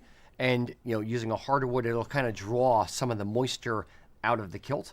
That'd be one thing I'd suggest. Another would be making sure after you're pressing the kilt, you're letting it rest. What you don't want to do is if you have a kilt, and you might want to press it when it's a little bit damp, or iron it when it's a little bit damp. But what you don't want to do is move it too much when it's damp, because if you press a kilt, let's say like our vacuum ironing tables and a high pressure steam iron, you do all the pleats, it's great, and your kilt is hot and it's a little bit damp, and you pick it up and then you're moving it around and you hang it up and you hang it up to dry. You've now essentially gotten the steam and gotten the air and the hot air out of the kilt, and it's not had a chance to set. You want to just give it some time to rest in that position.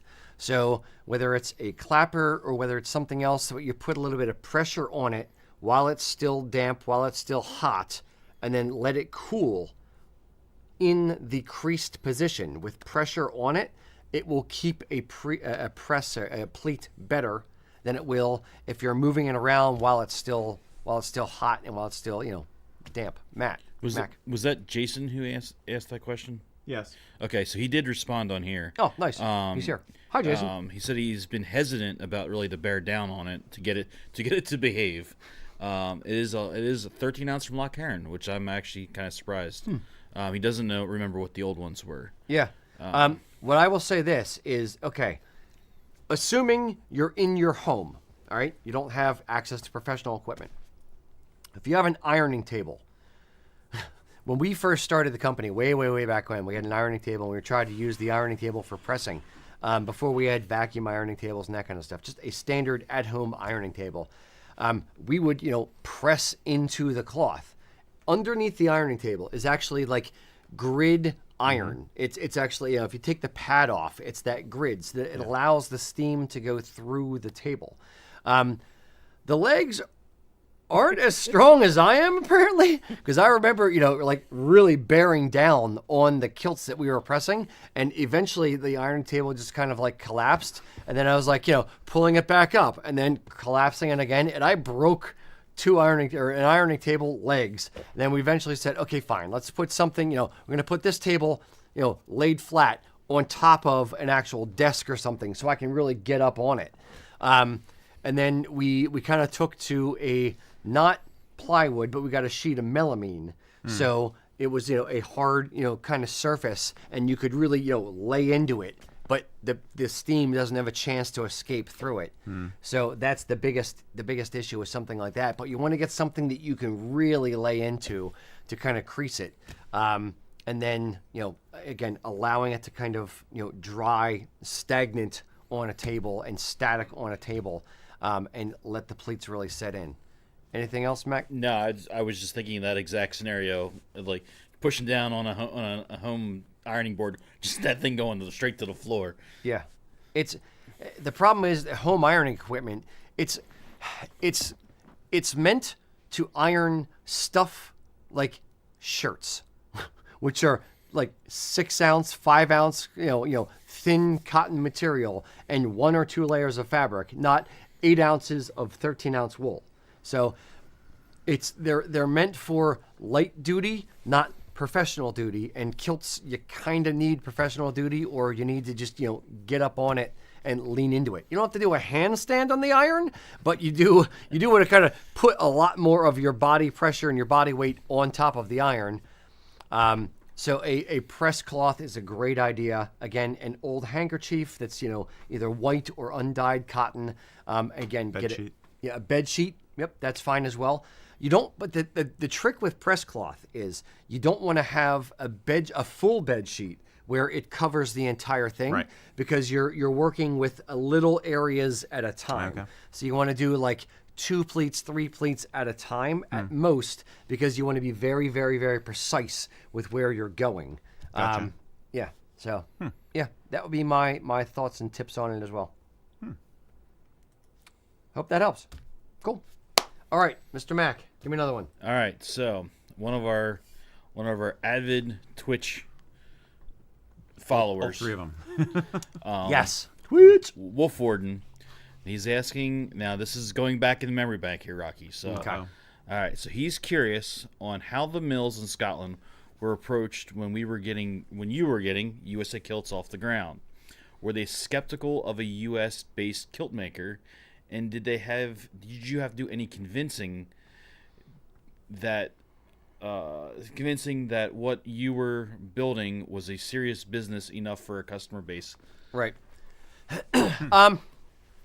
Good question. No, I had green money, and I was willing to pay on time. One thing that when I first started the business, I went to college with a communications degree, not a business degree. I took 1 business class and didn't do that great. So when I first started in business, it was taking out a huge loan from the bank scared the hell out of me. I would never, and even now it would be weird taking out like a $30,000, $100,000 loan to buy goods in order to fund the business, and and risking my house, risking my my own personal money or whatever, to be able to start a business. It's scary. So we started the business just squarely on we would make $10. We'd put it back into the company. We'd buy something for $10, sell it for $20. Then we'd make that extra money. We'd flip it back into the business, and we just kept flipping the money back in, so we never had to take out a loan.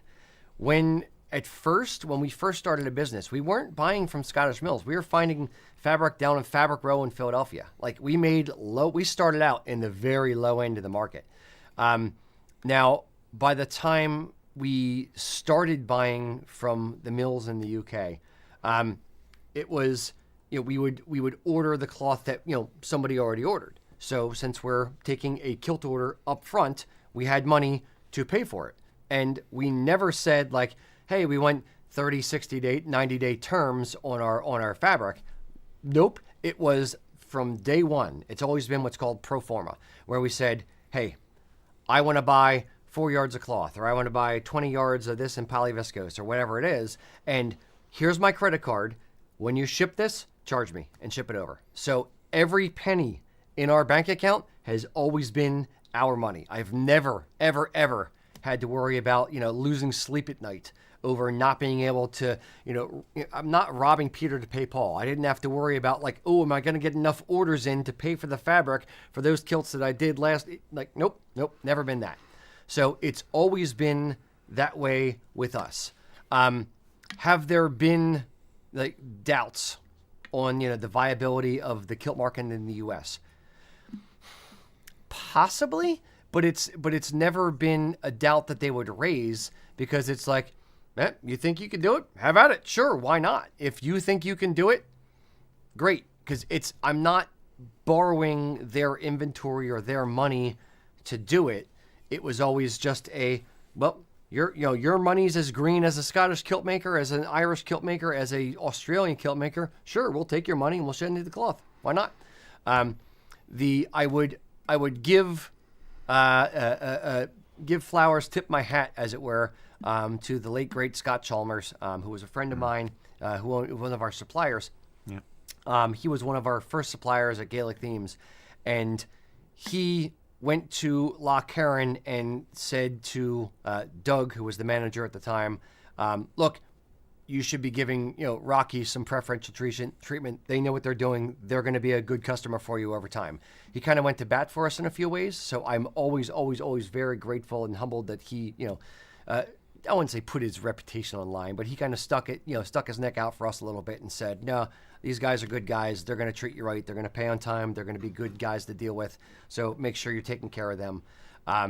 So we got a minor leg up at 1 or 2 mills, but it wasn't like we weren't dealing with Loch Carron already. It was like, hey, make sure you're doing good by them, that kind of thing. So no, we've always found the Scottish mills very, very hospitable to exporting Scottish culture. Obviously, they have a financial vested interest in companies outside of Scotland doing well.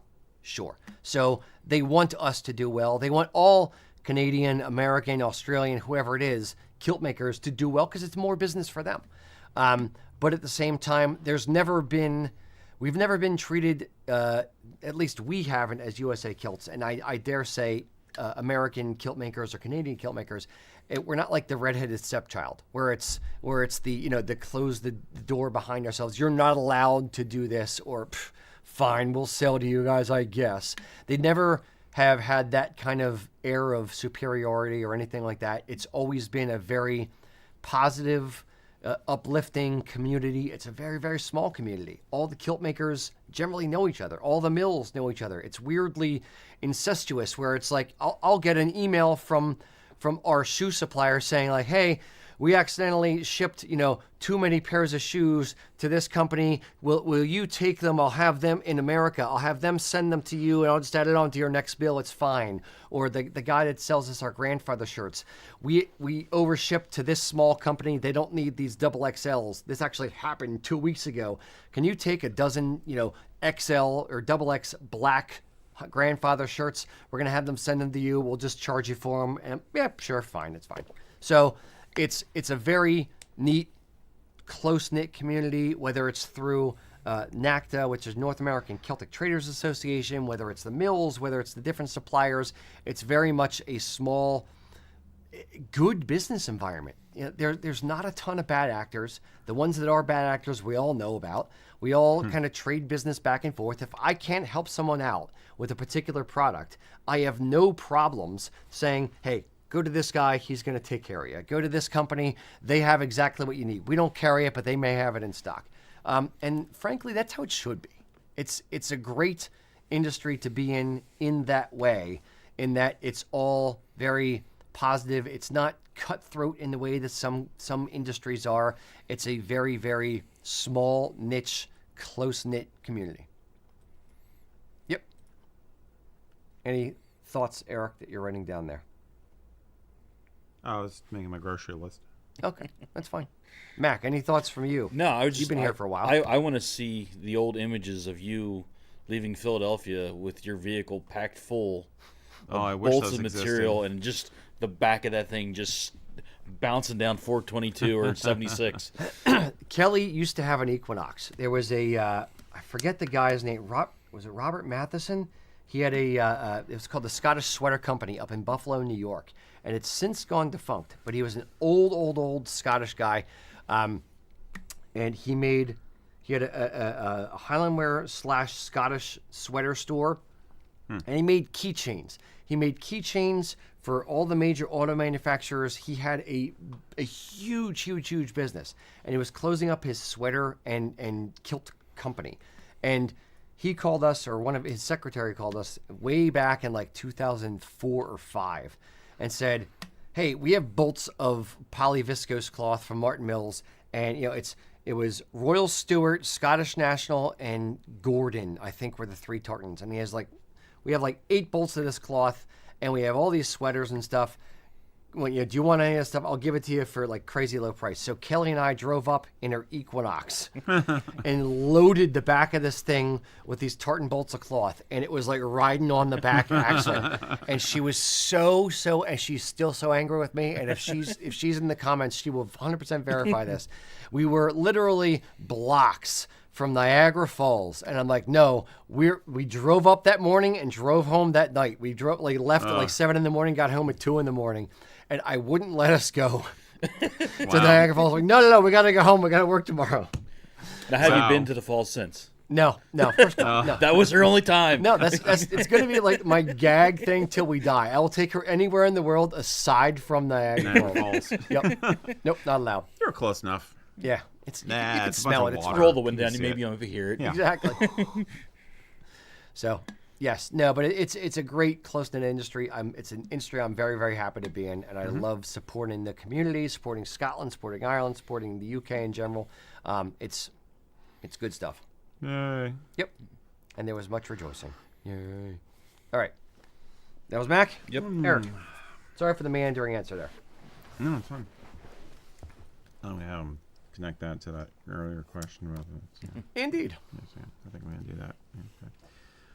So, I'm going to be the Debbie Downer now. We're going to go from this What's new? this great emotional high about being your own man, charting your own course to death. David R. Celebrezzi. Calabrese. Yeah. Very Italian. Sorry, David. Asked us a while back, actually, not to be morbid, but before one passes on, should one put one's kilts into the will? What would each of you do? Any special instructions you have on that topic? So what are you going to do if you're going to pass on and you have kilts? I'm going to expand it to other Highland stuff, Celtic stuff. Okay. Did you put your kilt in your will?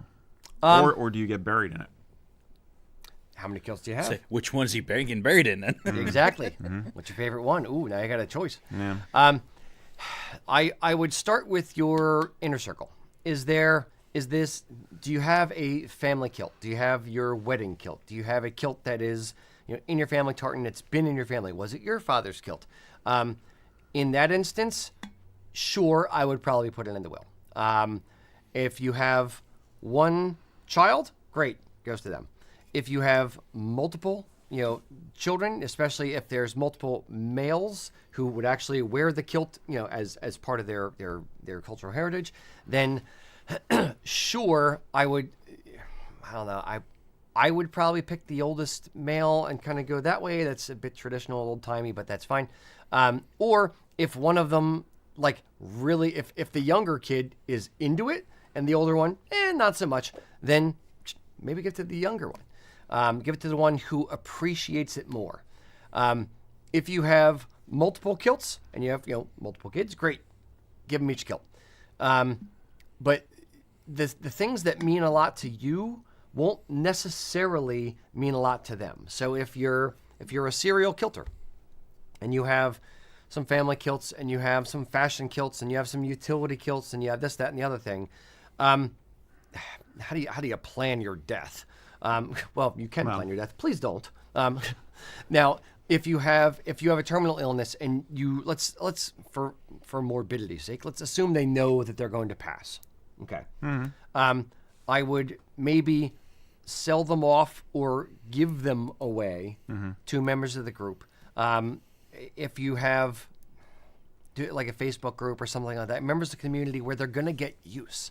You don't want to just, give it away to Goodwill necessarily, because it's just going to languish in the back of the Goodwill store forever.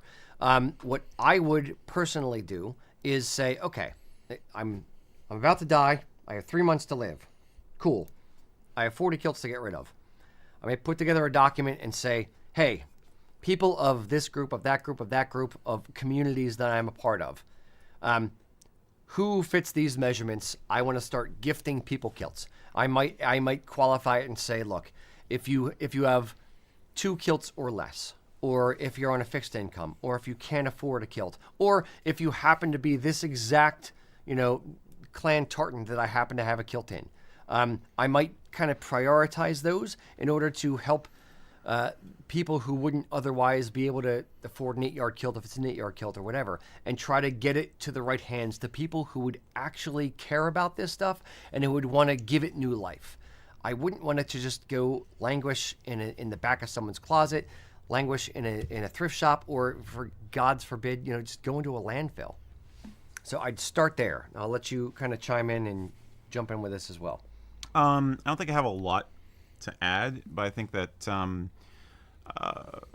number one, you're gonna die. Not me. Don't assume. Live forever. Sure, you let me know how that works out for you. So coming up with a plan, if you're of a certain age, makes sense. You're gonna reach a point where you need to have those difficult conversations with your family.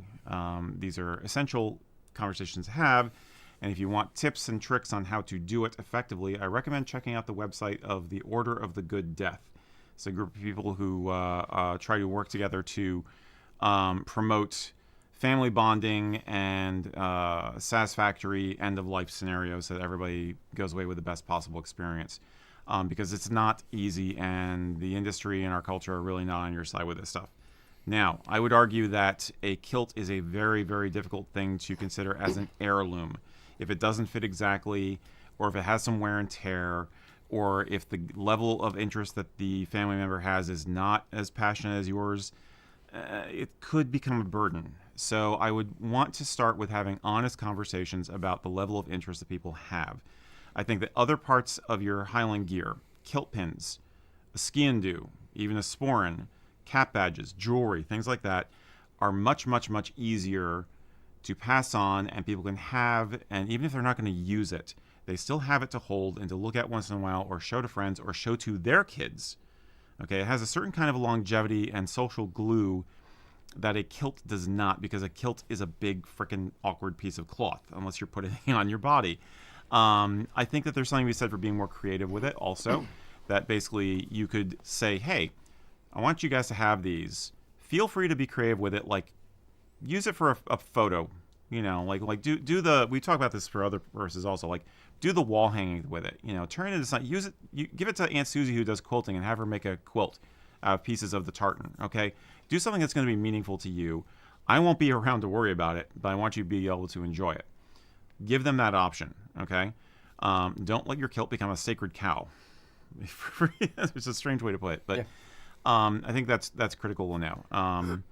All of this depends on having honest communication up front. I very definitely agree with the whole point about giving things away. I think that you hear a lot of talk these days about downsizing when you're in your twilight years. I think that can be a very cathartic and healthy thing for all concerned. And you could help some kid who is passionate about their heritage, who's just getting into this, can't afford a kilt. You could be doing them a huge favor by giving them a kilt and a story that goes with it. So don't limit yourself to your family with this stuff. I think that's a really good way to think about it. Yeah, but other than that, everything you said is absolutely the logical way to go. It's not easy, but the conversations need to happen. And I wanted to throw in, this is very tangential, but I wanted to throw this in just because it's a fact.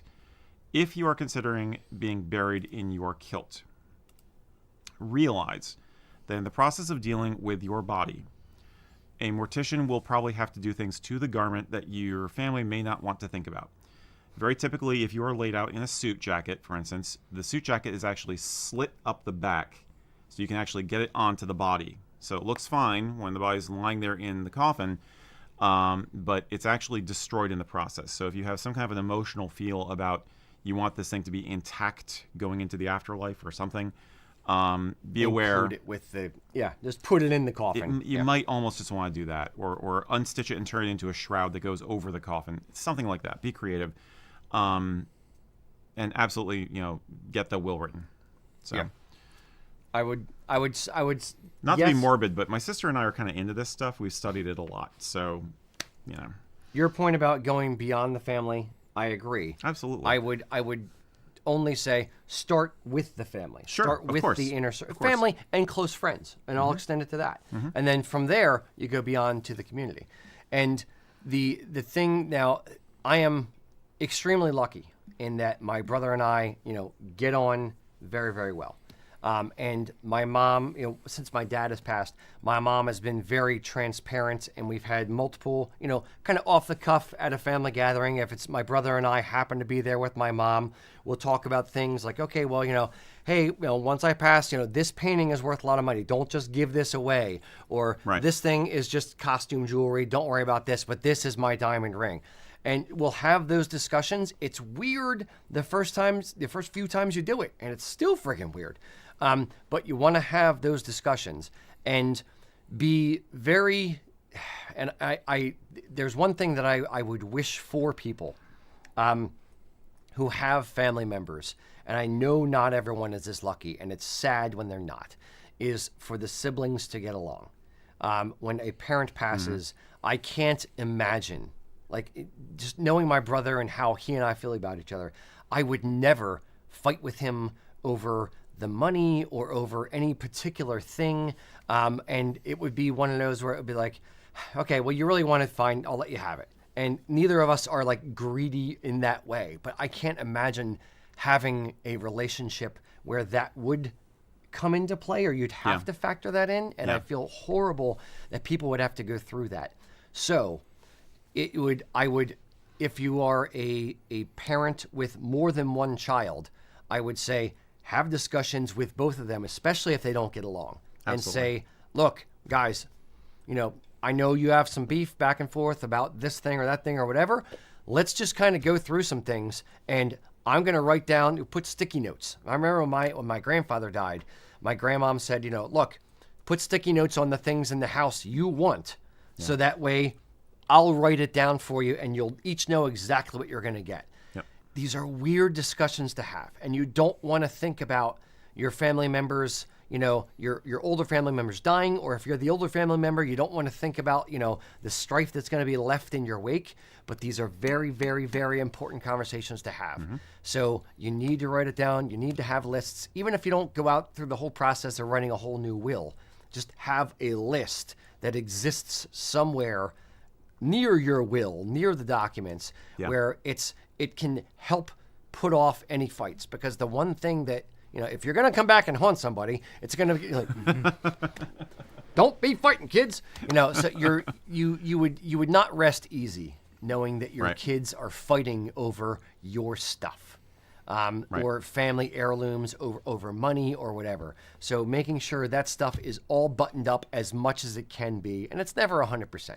But getting as much or as close to good or perfect as you can make it, you're going to make their lives easier. Like when my mom goes away, she lives half her life in Florida, and she has a document sitting on the counter. In the event of my death, here's all the things. Here's the people you contact. Here's where the bank accounts are. Here's all the things. Go. So it is a gift you are giving to your kids. Whether they know it or not, whether they care right now or not, whether they think it's weird and morbid or not, it doesn't matter. Do it. Because you're helping them get through what will be a very difficult process in missing you and trying to put the pieces together and not knowing what is happening and where things are while grieving. Doing that kind of thing is definitely going to help them out. Right on. Cool. Amen. That's basically it. And in the process of the conversation will be difficult at first, but it gets easier the more you get into this. And the silver lining is that this is an opportunity to get some of those stories passed on for sure and cemented. Yes. Okay, because the memories are going to be very important, more important in some ways. So it's a three-legged stool: a will, a living will, and an end-of-life plan. In other words, who's going to do what, how you want to be processed, all that kind of stuff. Okay, if you can get those in place, then it'll be good for the harmony of the family. And I think, I think it's wonderful to be able to have something like a kilt that you can pass on. I mean, to get back to the original point, I think it's a wonderful idea, and I would absolutely do it if they want it. And I'd want them to be honest with me about it.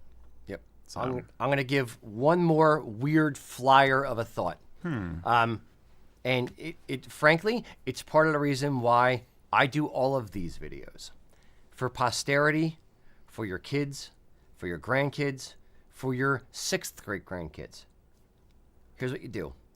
If you have 1, 2, 7 kids, doesn't matter what it is, have them over, have someone set up a camera, put their cell phone on a tripod, and record and just have a discussion about your parents, about your grandparents, about all the family stories you know of, and record it.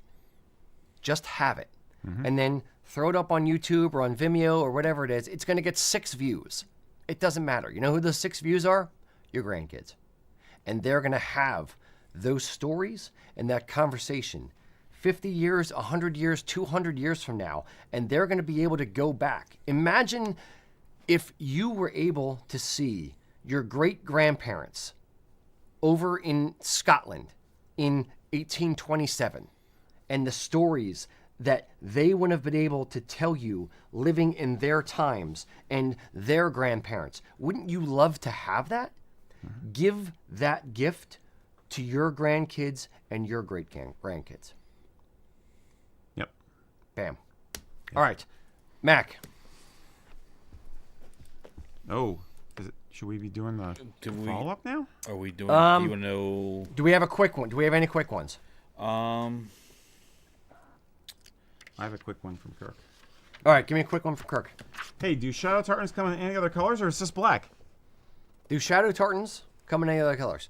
I think there's navy. There used to be a cream. I think Batley's used to do a cream, but I don't think they do it anymore. Was there a gray? Yeah, there was a Martin Mills did a gray. Batley's did a cream, but I think they stopped it. I know there's navy at House of Edgar, and there's black from a couple different mills. Yeah, I think mainly black. What about saffron as a shadow tartan? Don't they do shadow type weave, warp and weft stuff with a lot of saffron? Only Pakistani ones. Oh man. Yeah. Nope. None of the Scottish mills do that. That's disappointing. Yep. It exists. Wow. Okay, we're gonna cut this question from the binge. All right, very good. Mac. All right, reset. Boop. All right, Mac.